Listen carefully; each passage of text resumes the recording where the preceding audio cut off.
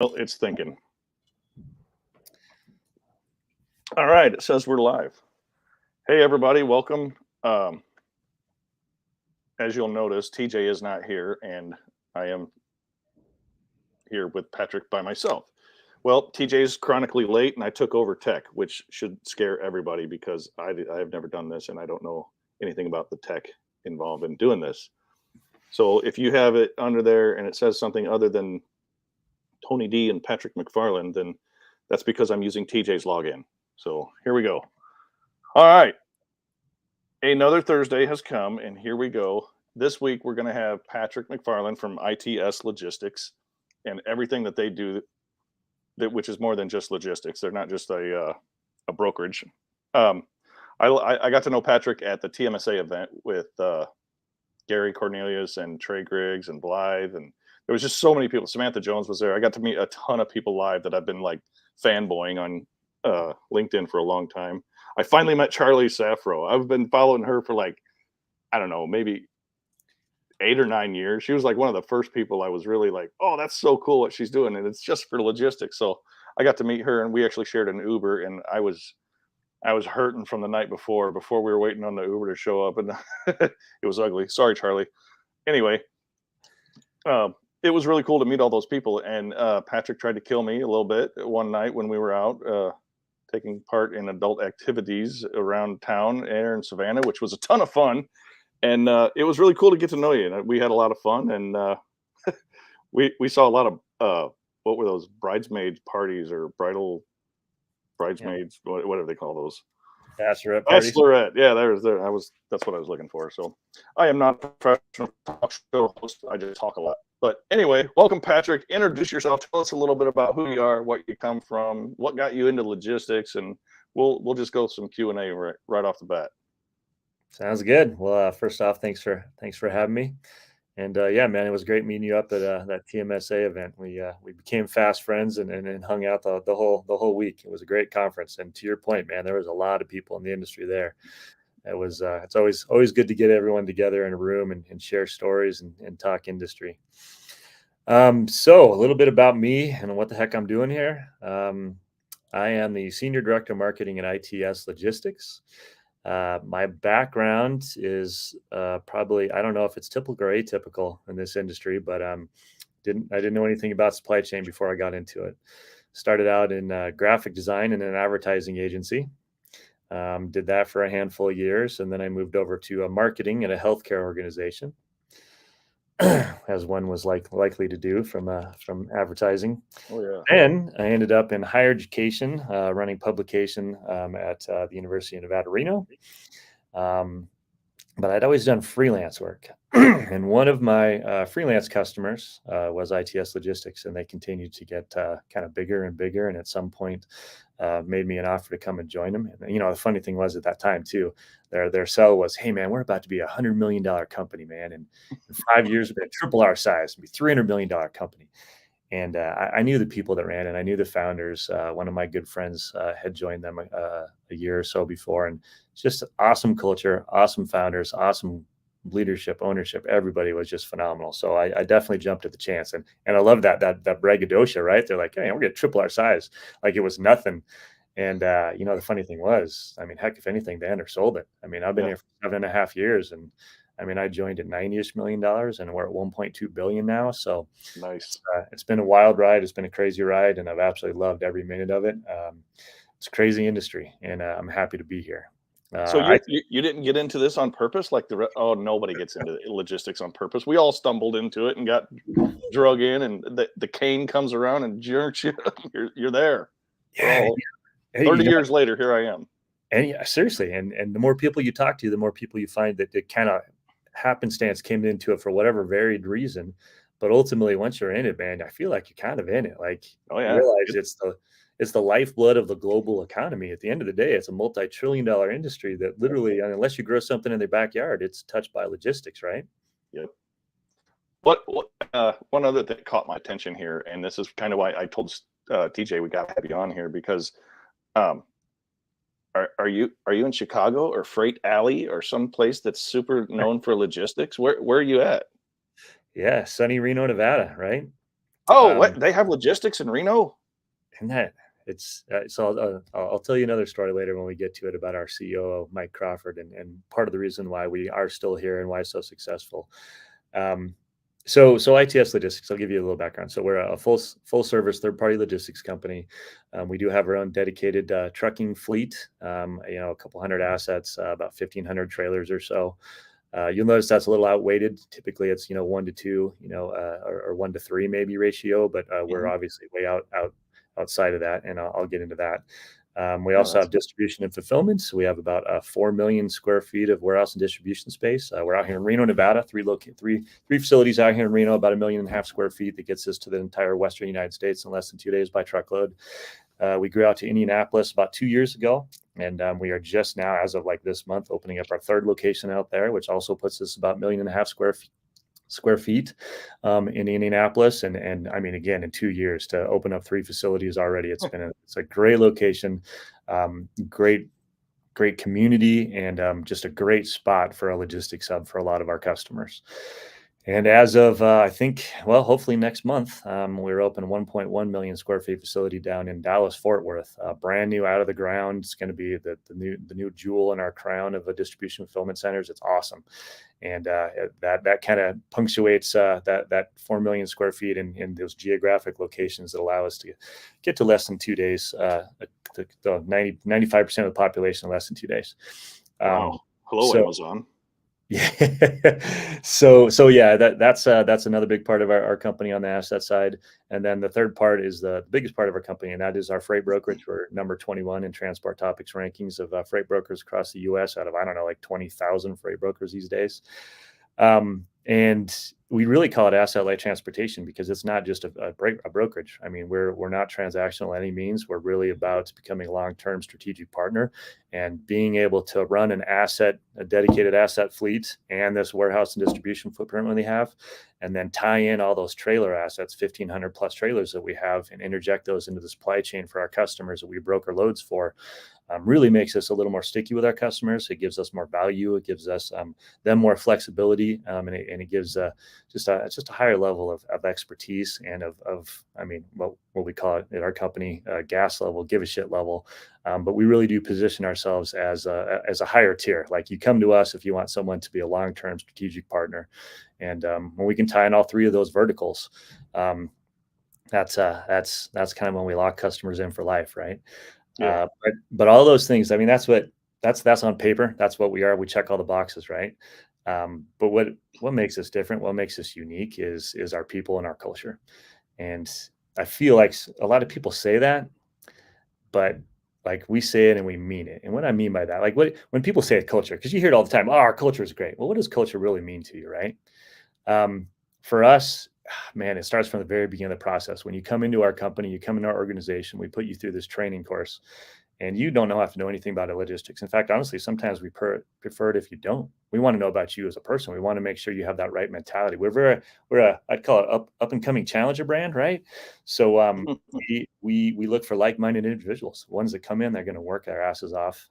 They want to achieve a greater goal. They want to come together in a team environment and achieve greatness. They want to perform well for their customers, and they also want to get paid for what they do. I mean, we work hard in this industry. You put in the hours every day. And this is a place where if you come in and you put in that, you have that work ethic and you have that mentality, you're going to get rewarded for it, right? Right.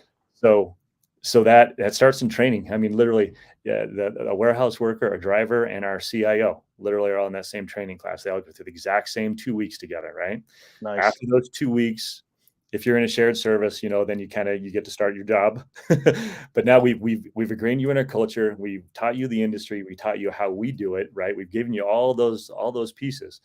Now the people that are out on our brokerage floor, they're in it for another couple of weeks, and then after about 5 weeks, they graduate, and then they go into we're very sports themed. We call it AAA. They go into the AAA floor. At AAA, nice. And this is old school now. We put them in Costco tables because that's kind of when Mike, our Mike Crawford, our COO, started the brokerage part of ITS. Costco tables in a corner of a warehouse. That's pretty much how we started. That was it, man. That's and awesome. So he keeps AAA no matter what. They'll always have Costco tables. So anyway, you get out there, and then you're job shadowing. I mean, you might be on. We have, I don't know, 60 some teams now. We're all team based over on the brokerage side. And you might be on one team one day working with a certain set of customers, and then the next couple of days you're working with another team. Maybe you're doing different positions. You're working with different verticals, industry verticals. So you learn a lot. That's about 3-4 more months, maybe 5 months. Wow. then you hit some metrics, and then Training happens more than a couple days. This is cool. It's I'm not gonna lie, it's hardcore, Yeah. and that's all paid training too. So we're actually paying you to learn more about the industry and have an opportunity, and then you graduate, and then you become what's called draft eligible, and then we actually have a draft day. So usually once a month, That is awesome. we'll pull 300 people in a big part of our company, and we'll literally pull them up. And as teams are growing and changing and bringing on new customers, they need to expand, so they need to add somebody to their team, right? And so like it'll be, expedited team 7, you're up, you draft pick number 1, and they'll come out and they'll literally be like, all right, Tony Darnell, we're taking you number 1 draft pick. Everyone, Tony will go up, he'll explain what his why is. We'll take a picture with the jersey, and then he literally will go back and move his desk over to that team, and then he starts. Man, I love Costco tables, but is there a Mr. Irrelevant? You know what? No. Okay. I mean, all right. Sure, there's someone who's picked last every time in the draft, but You're man, right. I hope that puts a chip on their shoulder, and now they're like, man, I should have been the number 1 overall pick. Let's go.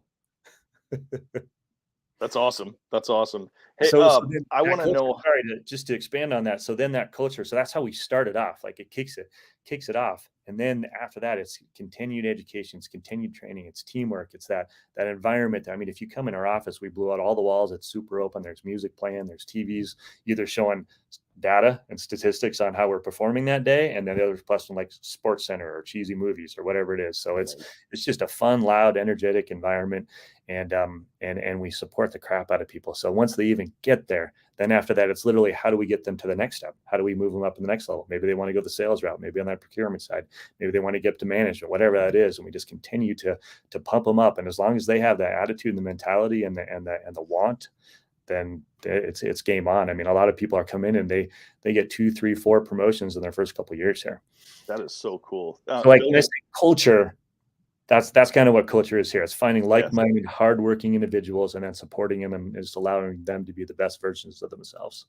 Well, that's what we do where I work. We I was just talking to one of our leadership development coordinator folks, and he was talking to me about a project that I'm working on, and he said, "Hey, Jason was in this meeting with potential customers, huge, and he's like, he's going on and presenting for like an hour, and all he talked about was all of our people and our leadership and our development and our corporate strategies and blah blah blah." And they're like, "When are you going to talk about the product?" He's like, "Well, product's in the catalog. Our people are the ones that are doing it." And you want to go look at the product and the specs. I mean, there's a computer right there. You got to go look at the specs, but this is what we're doing to make those things. These guys are moving up. I have a guy on my team, a gal on my team that actually just left my team because we found that we had the right person in the wrong seat on the bus, and she was phenomenal. And she actually started like 2 weeks before I did at Lippert, moved around a little bit, and I moved around a little bit, and I pulled her back in because I knew her strength, and she worked with me closely. And now she's our lean coordinator. Nice. And she was an admin when we hired her.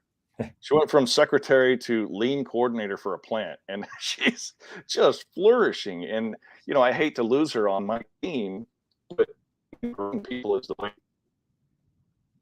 Am I freezing up again? God dang, stupid.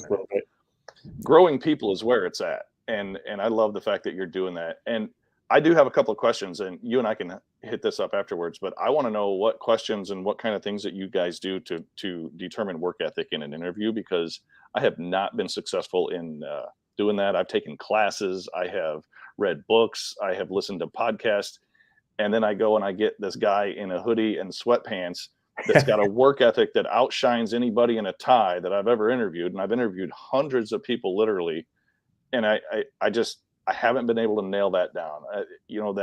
That gas, I can't find it in an interview question, and I'm not sure if I know how to get it. And I've got a couple of, interview trick questions that I think I can peel a little bit of layers back on the onion and find the core. But I'd love to hear what you guys do to find that specific item out. But that we can take that on the side. On another note, you and I we'll shoot the breeze on that some other time. But it's interesting. I think what you're doing with your footprint everywhere. I'm kind of glad that you're not in a big freight mecca because it sounds like you're doing things a little bit different, and a little bit different is a little bit better, and a little bit better is huge. Uh, I like the fact I'm going to brag on the Indiana a little bit. I mean, I understand Dallas. Everybody understands Dallas. That's a metro. Indy is tiny. Indy is very small, and Indiana is nowhere. We're in flyover country. I mean, we have Notre Dame and Purdue, and then there's some other garbage colleges or something somewhere else in the state that no one cares about. But um, that's for you, Greg, stupid sales VP with his IU degree. Anyway, uh, we on our license plates, it's literally we're the crossroads of America, right? We have like 6 interstates that converge on Indy. It is a one of the world's most perfect hubs for logistics. Yeah, And if you look at it and just pull out a map and look at Indianapolis, you're 2 hours from like half the country. exactly. It's a great spot, and I love that you chose Indy because, I mean, I know that Dallas is a perfect spot, and your place out west there for the West Coast is a great location, and there's probably better hubs in the Northeast or Southeast or something. But in the heart of America, I think the population center of America is like 50 miles west of Memphis or something. That's why you'll see like some of the like FedEx and UPS are in Louisville and Memphis because they're closest to the population center of America, where they're servicing more and more of the general population than companies, or the geographic center in somewhere in the middle of Kansas where there's nothing but a cornfield. But it's interesting because Indy is only about 2 hours from all of those things too. So we're right there in the middle of the population center of the country, which is a really cool spot to be. So I had to brag on Indiana a little bit because we don't have much. No, and Stupid internet. God. I'll give full credit to our distribution and fulfillment leadership team, man. They did their due diligence. They researched. I don't even want to tell you how long and the details they went into. And then they I'll put a bet. pin on a map and they flat out said, right here, Whitestown, Indiana, right outside Indianapolis, that's the spot. And they looked at a lot of locations, and that was it, man. And again, I mean, the proof's in the pudding, right? Like we haven't even been there for 2 years, and we're opening up our 3rd facility, and we'll have 1.5 million square feet there. You So could have just had them call me. I could have said that. I would save us a lot of time, a lot of flights, a lot of effort and resources. You're right. I didn't know you then, but if I did, you're right. That's on me. Hey, Indy's a great place. I'm glad you picked it. Yeah, you know what? In fact, I don't even know if we've announced this. Well, this is pretty minor, but we're going to be the official logistics providers for the Indianapolis Zoo. Oh, cool. So all the stuff they do at the zoo, we're going to hold it and store it and move it back and forth for them. And yeah, we just love the area. We love the community. We love the people. It's been nothing but an awesome experience so far out there in Indy. So I don't know if you know the Bob and Tom radio show, the morning show guys.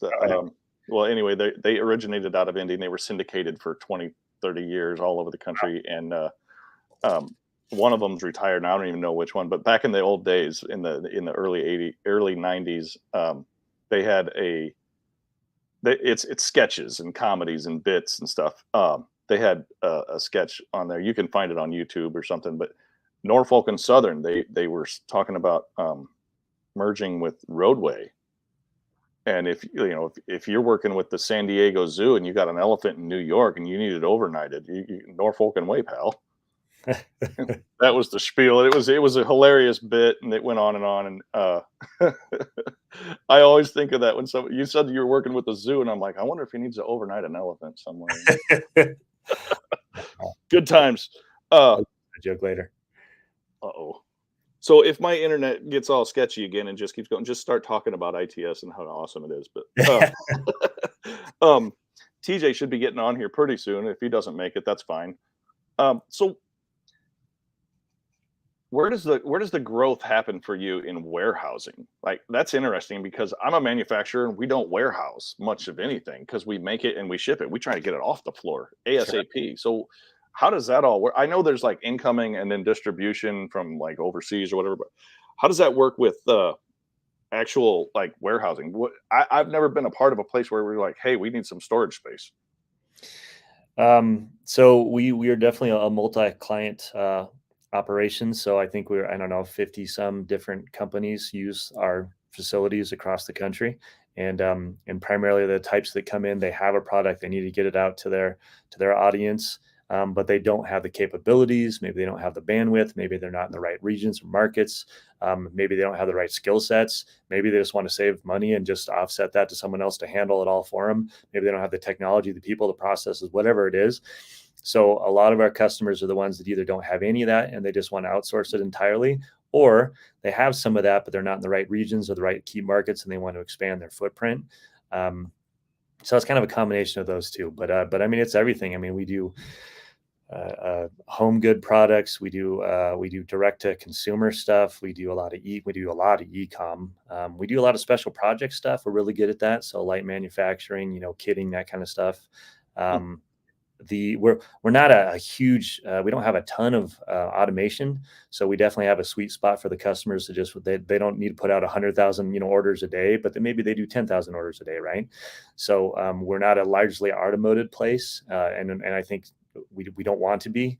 We want to be the ones that are a little more nimble, can really change our floor to adapt to what our customers need when they come in and they have all kinds of different requirements and needs. And so I think if we keep it kind of light like that and just really keep it about the expertise and the technology, we can spin up and down depending on what our customers need. So automation is probably not a direction.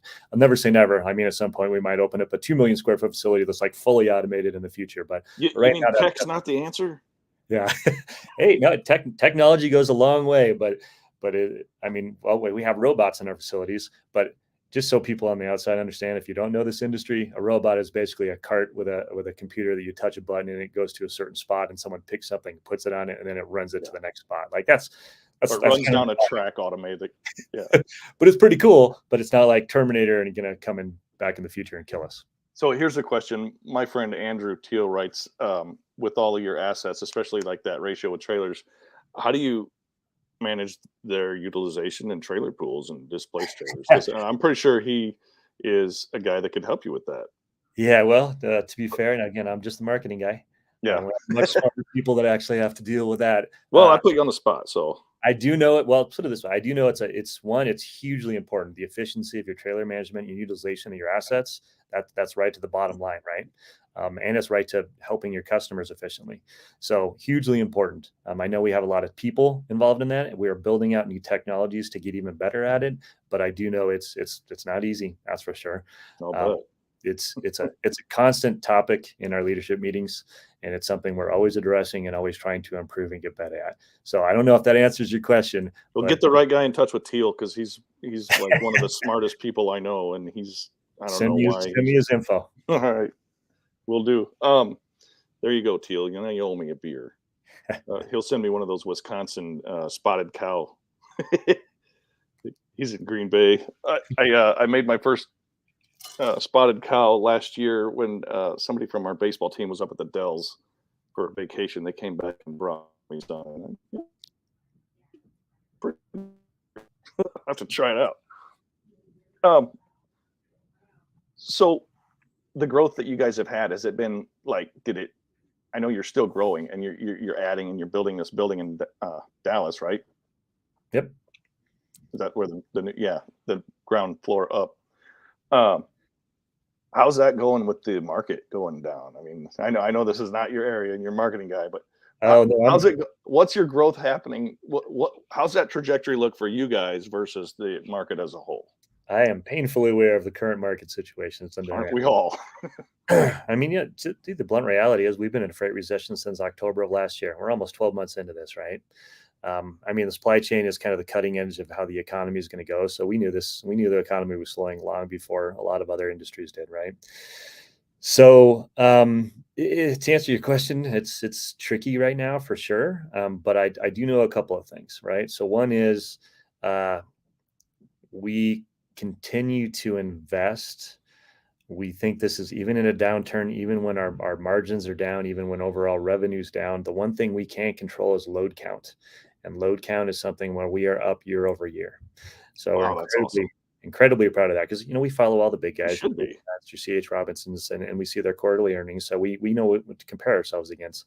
And I can say we're down in revenue, but we're not down in revenue as much as some of our competitors. We're down in margin, but we're not down as margin as much as some of our competitors. And where a lot of those guys are down in load count, we're up.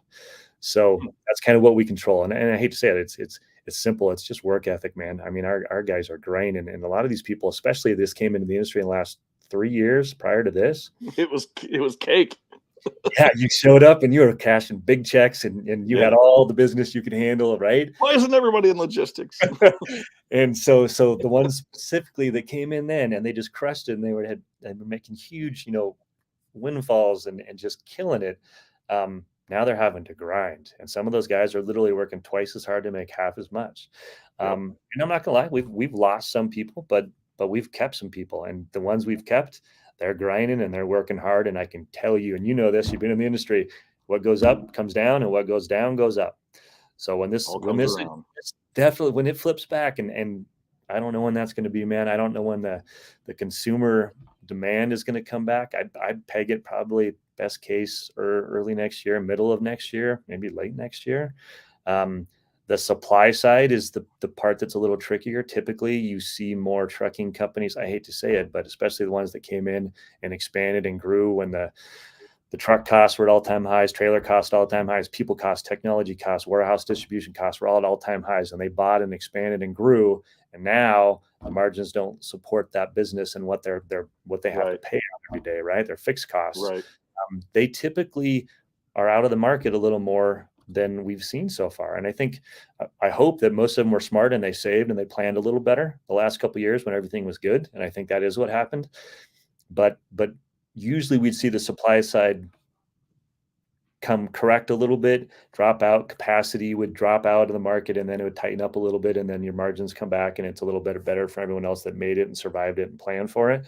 That hasn't really happened yet. So we haven't really seen the supply side capacity tighten up, and we haven't seen consumer demand come back yet.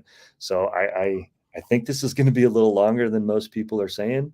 I mean, I feel like every week someone comes out and there's some little metric and they're like, oh, everything's back on, everything's good. And we're like, not yet, calm down. But having said that, so even though it's a challenging freight market, and again, I've been in the industry for a whole 7.5 years. By no means am I an expert, but in the time that I've been in the industry, this is by far, in a way, the toughest I've seen it. And another thing that makes me so proud to be part of this company is we're not doing any cutting. In fact, we're continuing to invest in people. We're hiring people. We're just going out and trying to find smart people and take advantage of maybe some other places that are laying off, right? Yeah. We're still doubling down on assets. We're obviously growing. I mean, we have a 1.8 million square feet coming out of the ground basically this month and next month. So we're not slowing down there, right? Nice. Assets, we're still getting trailers. Technology is something we are really investing in right now. We have a lot of cool new tech products coming out that I'd love to speak of at some point, but really exciting stuff that's going to help us continue to grow and take advantage of whatever the industry looks like going forward. But even charitable, this is a small thing, but we have a charitable budget, and that's I think at some point someone's like, hey, times are tough, what about charitable budget? And uniformly everyone's like, oh, don't even touch it. No, why would we do that? Like, it's still about the community, still about our people, still about being involved and giving back. So it's cool, even though it's a freight recession, it's tough right now, we're still acting like we're going to come out the other side smelling like roses, and we can't wait to get there, and we're just going to have to work our asses off until that happens. So absolutely. But how are we? I'm not gonna lie. We're all a little, maybe my butt cheek's a little tight right now. Opened up 1.8 million square feet across Indy and Dallas right now. And we have some great customers that are going to those spaces, but I tell you what, we'd like some more great customers to go into those spaces as soon as they're available. So they're not fully utilized yet. Ahead of us. Cause you're right. It's slowed down. When we started this process, a year or 2 years ago, at that time, man, if you had warehouse space, like hot commodity, right? And it still comes down to the region too. Like right now in Reno, there's not a lot of capacity in Reno. So it's still tight here in this market. Indy's a little looser, and Dallas I think is too. But we got some. It's kind of a build it and they will come mentality. But we have full faith in our team, our staff, our operation, and we know once we get people in our buildings and they see how we work and they talk to our people and they see the due diligence and research we put in, we're gonna fill the space. There's no doubt. Nice. But that's a lot of space to fill. So if you know anybody, give me a call. Very nice. I do know a little bit about like leading indicator. I personally personally, I'm an economics nerd. I read some blogs and posts, and I resonated with Samantha Jones on this too, because Yeah. she's a econ nerd too, and which is what drew me to her, because like who in logistics likes economics, and who just likes economics anyway. So I know I'm a little weird, but I actually love to watch Class 8 truck sales. Yeah. I follow that as a leading economic indicator for myself, just as a like a canary in the coal mine kind of thing. But Yeah. um, I work at a company that is most prevalently known for a recreational vehicle parts supplier.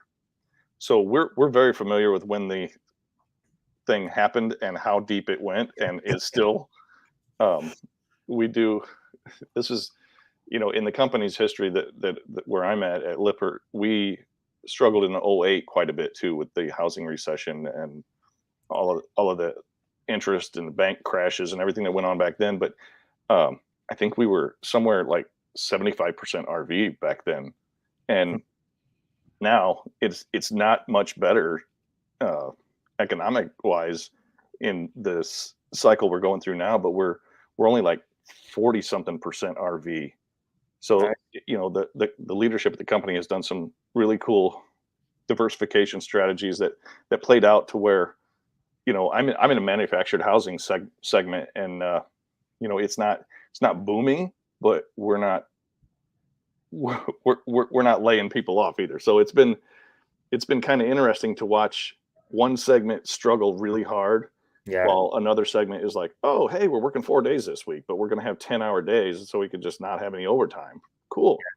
While a neighboring plant or facility is, taking a week off, and it's a struggle to maintain the morale and the team members' engagement and all of that. But I love what you were saying with the leadership and the people development, because that's so similar to what we do. And that speech that Jesse gave at TMSA from the bananas, Yeah. I Yeah. mean, that could have been our CEO. I mean, he comes around and talks to us like that all the time, and he's been at all of the different plants all around the country, all around the world actually, and we just never stop giving into people. Like we had a thing just a few weeks ago, and I think I posted it on LinkedIn, but I think it was already full by the time I posted. But we had a open to the public set time slots to go and pitch your nonprofit or good cause, so that we could help you with that. We have a program called a Dream Achiever, and if your dream is, I'll use one of my guys for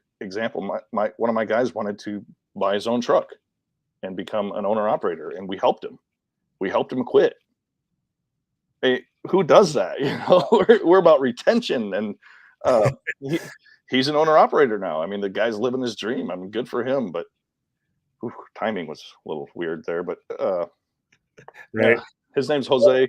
He's still a friend. I talk to him every now and then. He's out trucking, and he's loving life. And And um, that's awesome. And exactly what you said there. I mean, it in some cases, doesn't it seem so simple?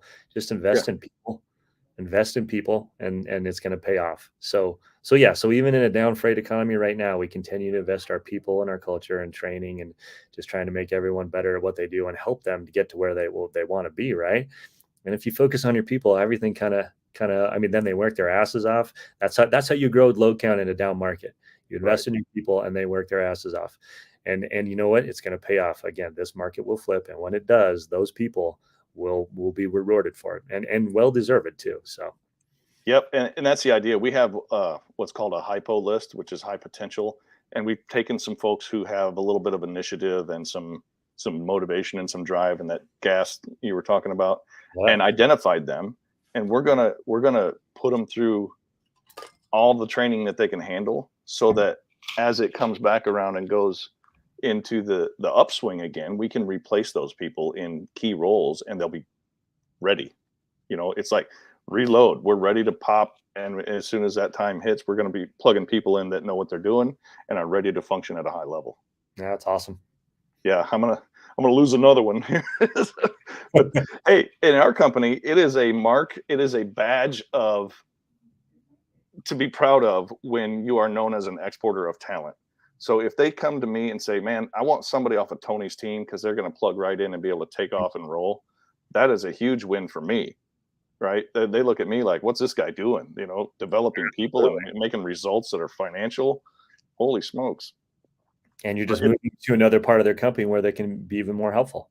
right. And then basically your influence just spreads, is what it is. You train people to make good choices and let them go make good choices. Yep. That's awesome. I love that culture. It this way.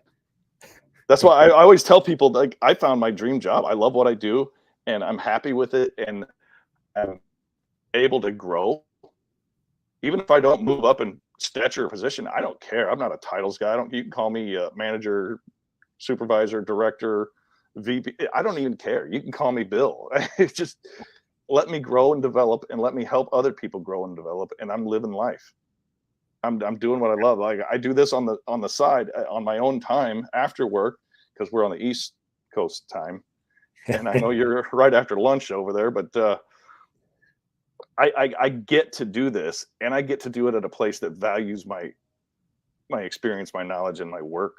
So I love the fact that I have a place that, where the CEO come up and told me once, I think you're going to end up retiring here. And I was like, right on, brother. I'm with you. So it sounds like you have that over there too. And it's awesome to hear that some big companies are out there treating people well. Because all you ever hear about is evil corporations, blah, blah, blah. And yeah, I mean, we're this gigantic $5.5 billion multinational global network of manufacturing and logistics and blah blah blah, and our people like to work there. Yeah, it's awesome. Yeah, no, and that's no small feat. To your point, man, I hate to say this, but I think we're more unique than common. Yeah, it is, and it's unfortunate, but we actually have an academy where companies come to us now, and we teach them how to treat their people well. Oh, that's great. Yeah, so and maybe you guys can take that on too and export that to other logistics companies, especially. That'd be a good.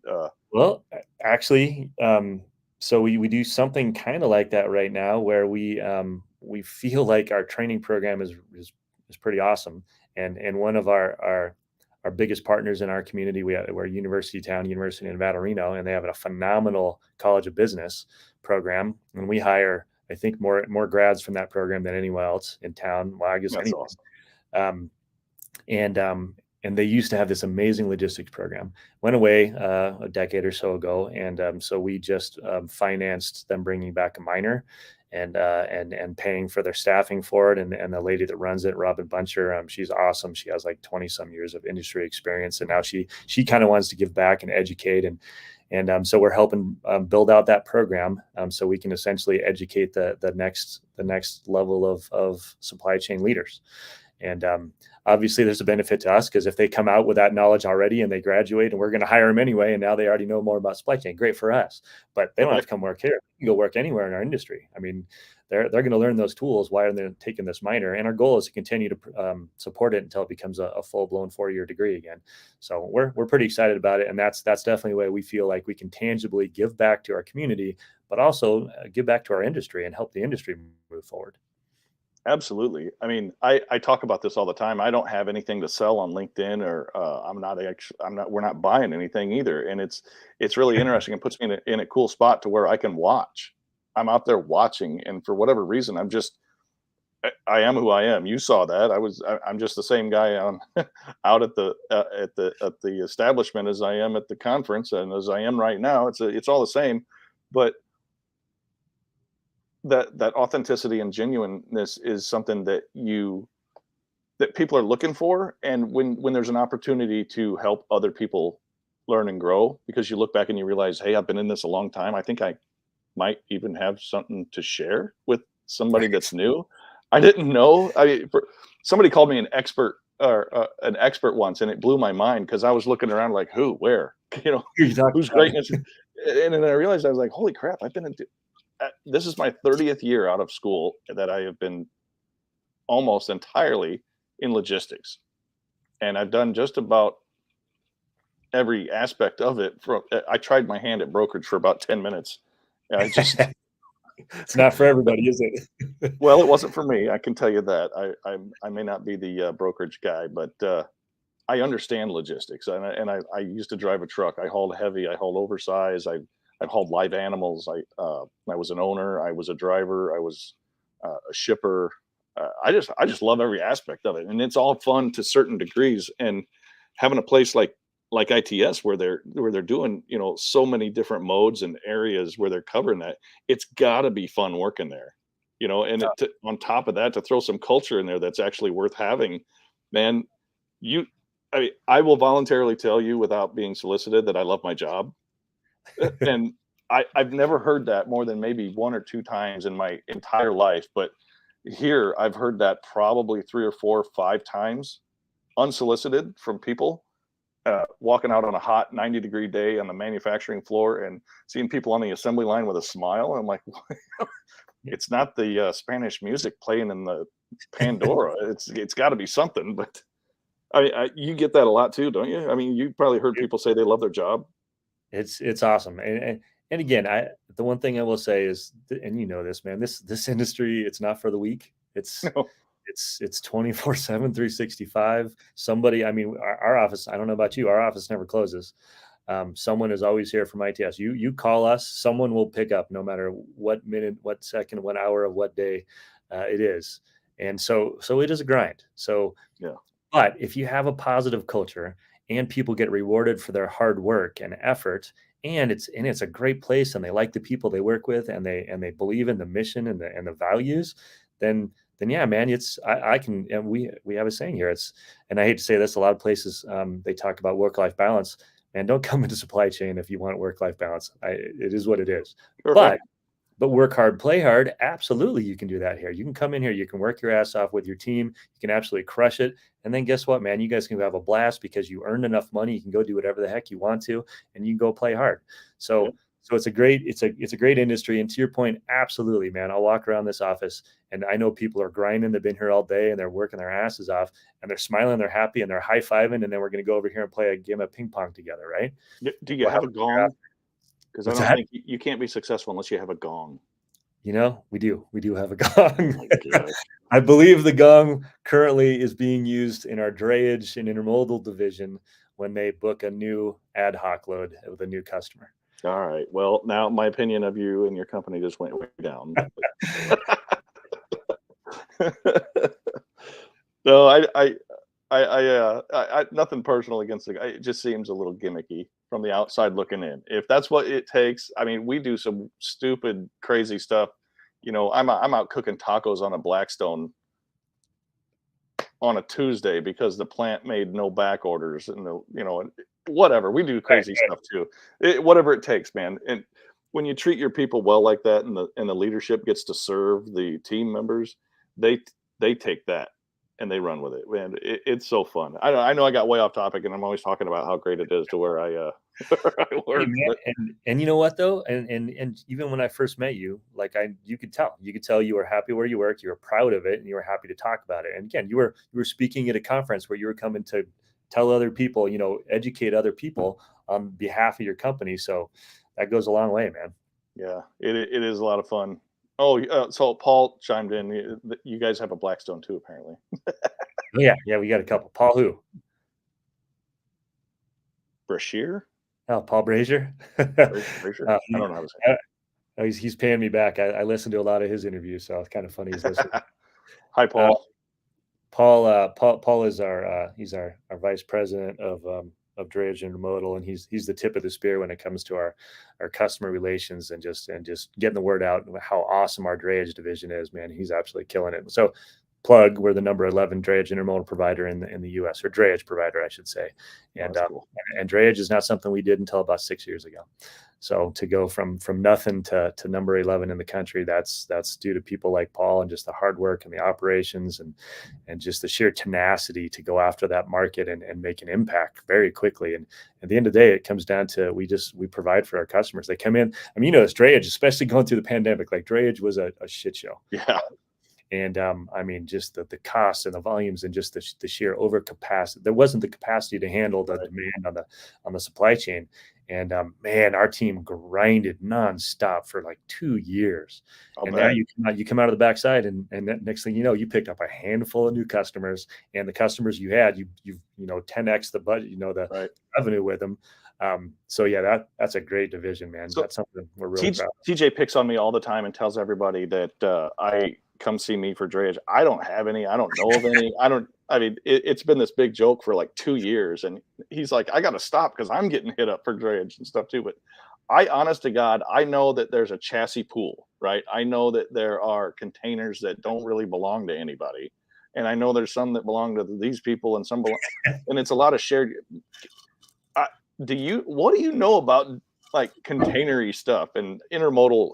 I don't want to go down like a huge rabbit hole. Just take it, like, tell me what you know. Like, give me a layman's, educate me, the drayage guy that doesn't know anything about drayage, because I don't know diddly. Well, hey, you're in luck because I only understand the layman's part of this. So here's what I can tell you, and this speaks again to the breadth of our service mix and the product mix that we have. Is right now, and technology is such a big part of it. Technology. When I'm speaking of technology, we have a technology product that's container management and visibility that I think is as good as they're in the industry. It's only been used for with a couple of our customers right now, but man, the reports so far, they're just flat out like, hey, this is the best data we've seen from any of the providers, and the package we're putting together for that. More to come on that. I'm not going to talk anymore, but here's what I've learned of the process right now for our customers. The second a container leaves its port of origin, say Shanghai, and it's on a ship, we have visibility into it. We don't own it yet, but we have visibility into it. So we can track it. We know when it's going. We know if it changes to a different port. We know if it's going to be delayed. We know if it's ahead of schedule. And why is that important? Because as a dray provider, it's all about when that container hits the port. Now it's ours. Now we got to be there and we got to get it out. Right? We don't want to have any per diem charges or anything for our customers. So we got to get it there, get it out, and then get it to its destination as quickly as possible, and then get that container back in a timely fashion. So again, you're not paying any demurrage fees on the back end either, right? So it sounds simple, but that's all it is, man. The efficient movement of a containerized product. Who owns the container? Well, it's shipping lines, all kinds of different people own the containers. Perfect example, we don't own containers. Sometimes our customer owns containers, the shipper, the ship lines own the containers, and we're just moving them and get them from point A to point B and then back. And it's all about timeliness and efficiency, full visibility into that so you can plan around it, right? What about the chassis pool? Because I know, like, as a former driver, I hated those things because they slam them down from a crane that's 8 million feet high, and then the axles are bent and they're wobbling on the one side, and you're behind them on the highway, and they have one mud flap and 3 lights. And man, if Paul's listening to me try to explain drayage, he's probably cringing. So chassis pool, at the end of it comes down to just the efficiency of the supply chain. So containers is one piece, getting in and out of the ports is another piece, having the truck driver there at the right times in and out of the ports as well. And then the other part is having a chassis, right? Yeah, you got to put it on something. Containers, and you don't have chassis, driver's wasting his time, port's wasting time that you get stacked up. If you don't have the driver and you have the chassis and the containers, you're still screwed. So it's like you have to have the marriage of all those things. And that's why visibility and management of that whole process is so key and so important, because there's so many different factors, and one of them breaks, the rest of them are useless. So what's going on in Panama right now? Why is there a backup in there? I mean, I know that's like an old, outdated, they're going to redo it and all this, but I see snippets on the news and I'm like, it doesn't seem like Panama's ever been a problem, so I'm going to ignore it.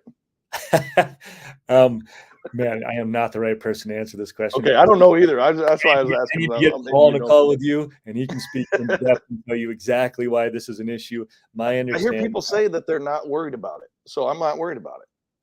It seems to me like it's the water levels that are down that allow a less amount of product to move through, which just backs up because a certain amount is supposed to be moving through consistently, and so it's causing a big backup. That's what it comes down to.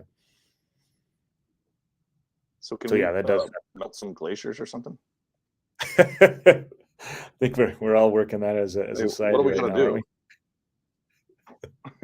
I thought, but if the water level's down in the canal, it's not like you can lower it in one spot. I am not smart enough to talk to that, but that seems to be the problem. Simply, it can't fit the road, and the traffic's not enough volume is going through, and it's causing backups.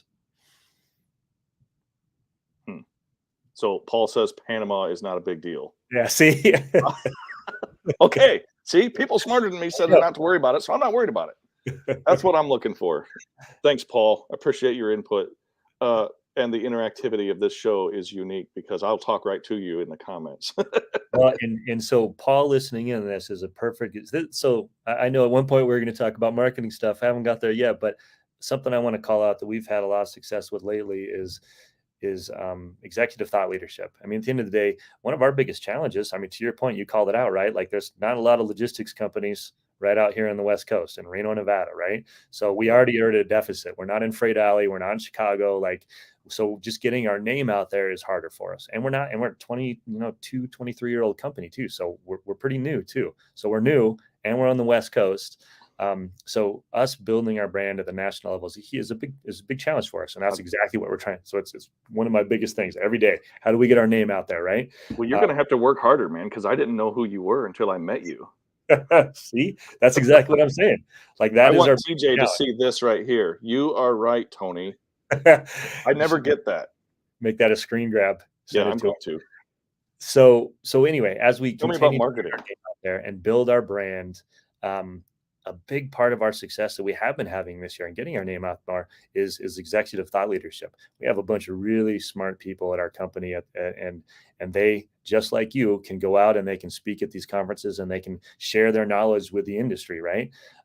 So to have your leadership so invested and so willing to be involved in the media and to do interviews and to share their thought leadership and go and speak at conferences and trade shows, that goes a long way, man. Because at the end of the day, they're also busy. Like, I don't know when these guys sleep. They're working their asses off all the time. So when they know the value to build our brand is to get their names out there and to get that thought leadership out there in the industry and be available for interviews. Paul is a perfect example of that. That also kind of speaks to the culture. Like, everyone's willing and able to step up because they believe in the company and they believe in our service. And if they can do their part to get our name out there, then all the better, right? So anyway, so that would be one of my pieces of advice for people that are listening in marketing and building your brand is leverage the smart people at your company and get their voices heard. And they will be, just like we talked about earlier, it's all about people. Then those people will then become good brand ambassadors for your organization. Yeah. I don't know how to relate this to anything other than to my experience, but I'm pretty active on LinkedIn, and it's because we get emails and they're like, hey, if you guys want to talk about what you're doing on LinkedIn, feel free. They don't tell us what to post. They don't tell us how to post. They don't say do anything like this. They might give it, like we have a hashtag called business as a force for good, because it's one of the way we want to influence our community and our people is to be a force for good. So they'll say, hey, please use this hashtag if you're sharing something that is awesome that we did as a group. So we'll use hashtags and stuff, and it's just neat to see places that are willing to do stuff like that and then are able to do stuff like that even when it's down. And that's how you get out there. I got out there, and I do this stuff like these conferences. I'm taking vacation time just because I'm a big nerd and I love logistics. But I'm not like, I know a little bit about trucking and I know a little bit about freight and like load securement and some DOT compliance stuff. But man, there's tons of people smarter than me. And I go to these things because I'm trying to learn too. And, if somebody that's relatively new can learn from something that I did because I screwed up and that stuck in my head, and I know I will never forget that because that's usually how you learn. Well, at least me. I'm a hard learner with a big hard head. So I learned the hard way.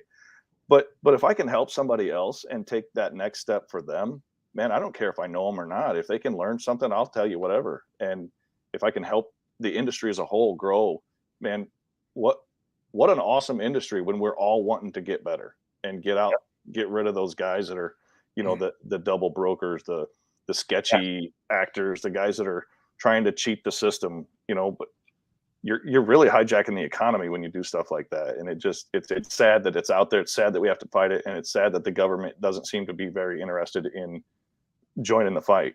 They'd rather just continue to issue DOT numbers to anybody that applies and collect the fee. Yeah, you're right. That is a challenge, but I think good people going out there being good stewards of our industry, that goes a long way. So yeah, I appreciate you. And don't you have like 10,000 some followers on LinkedIn? I don't know. I know some companies that don't have that many. So yeah, you've resonated with somebody. I'm fancy. You must be saying something good, man. Hold on, I'm going to view my profile. 12,968. Oh, did I undercounted? You're like 10,000. No, man, I'm closer to 15. Oh, there's another one. No, that's just me. That's just my calendar event to listen to Chris Jolly tomorrow. Anyway, well, man, what do you have for marketing besides getting your name out there? Like, I know that ITS is a big name now, but I wasn't aware of you before. But if you had something else, what questions do you have that we haven't talked about? Anything off the Um, top of your head? I'd say some big challenges. I mean, we talked about it earlier, but this is a challenging market. So when right now, as we continue to try to get our name out there, we do a lot of, the standard stuff people are doing, just email campaigns and trying to find, topics that make sense and then put information around it, or building out case studies where we help the customer solve a problem. And we hope if we get it out there, someone will see it and be like, oh, I got that same problem. These guys have a solution. I'm gonna reach out to them, right? You want to generate leads, you want to make those connections, but it's hard right now in the freight economy because Yeah. there's a ton of us out there that are like, hey, we can help you. We got capacity. We have stores. We have trucks. Like, how can we help? How can we help? And if you as a shipper, like you have tons of options in front of you, and you probably already like the guys you already have, so you're not even really looking, right? So how do we build our brand in a market like this? That's a challenge. I don't have the greatest answer for it other than just like the rest of our company. It's just about hard work and effort. So we're doing more things than we've ever done. We're going to more trade shows. We're going to more conferences. Our leadership's stepping up and helping with this executive thought leadership stuff. I mean, we're doing whatever we can to get in front of people. And the goal, we're not pushy salespeople. If we talk about industry expertise and we talk about solutions that we've developed for customers, at some point, if someone needs us, they're going to just remember our name, and that's where they're going to reach out when they need us, not when we want to badger them and beat down the door to talk to them. When they need Right. us, hopefully they remember us, right?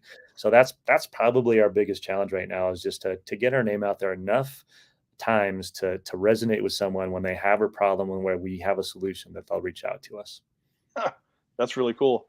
I like the strategy too because I heard somebody say, somebody way smarter than me, and I can't remember who it was. It's just intuitive of the somebody way smarter than me. But if you reduce yourself to a price in your sales tactic, then that's all you are, is a price. You're not adding any value. And if you're looking for a transactional relationship, don't be a manual load board. Seriously. Be somebody that can provide a solution and a relationship. Um, I tell people this all the time. One of my my all-time favorite broker that I ever worked with was a TQL rep. It has nothing to do with the company necessarily. I think some have better, um, I don't know, culture, ethics, whatever, than others. What do you want to call that? Identity, a more favorable identity than others. But I think it really comes down to the person more than the company. I think when you find two of them that mesh together, and that you're in a superstar status. And I have been trying to do like a positive broker Monday post every week on LinkedIn, and people are like, "Oh my gosh, you got to do it," and I just keep running out. Like I'm like, I don't know who to talk about, You're like, oh, I'll pass till next week. right? And I've Hey, done that last couple of weeks just because I haven't had anybody sticking out that I really wanted to highlight. And by the way, I'm leaving this up here for anybody that's I was going to rewatching say, this. yeah, I know you Yeah, said you weren't a tech guy, but I feel like somehow you rigged that. I'm not taking it down. Well, hey, if you need to talk about any positive broker stories, let me know. I'll let you talk to some people over here. Oh, absolutely. I'm gonna get a hold of you after this, and we'll connect, and I'll see you in a couple weeks in Chicago, anyways. But um, yeah, we're already running out of time. I can't believe that went an hour already. It feels like every time I'm with you, we just hang out and talk, and here we are an hour later, and And we hopefully somebody learned something about ITS and about Patrick and about what you guys are out there doing all over the country. And if you're not following Patrick or ITS Logistics, then man, you're missing out. Go check them out. I Thanks for appreciate that. Thanks for coming on, man. And yeah, man, I look forward to seeing you. You're speaking at Journal JOC Inland Yep, in a couple on weeks. vetting your 3PL and carriers All as right. a provider. I'll come up. I can't wait to hear it, man. I'll be there to watch you, and then you got to come watch our CEO Scott Pruno speak on kind of the evolution of smart assets, smart transportation. He's going to get into how we define that now. I'm pretty excited about it. That's cool. I'm looking forward to it, man. Yeah. Well, well, I want to meet him. I'll get to meet a CEO, a famous guy, not just Patrick. Yeah, he's way better than me. So nobody important from my company's coming either. It's just me on my spare time. I took a vacation day. I had to put in vacation for this. Ah, jeez. Hey, I appreciate you. I'll see you there. I'll buy you a beer. We'll hang out. Awesome. Thanks, Patrick. Looking forward to seeing you.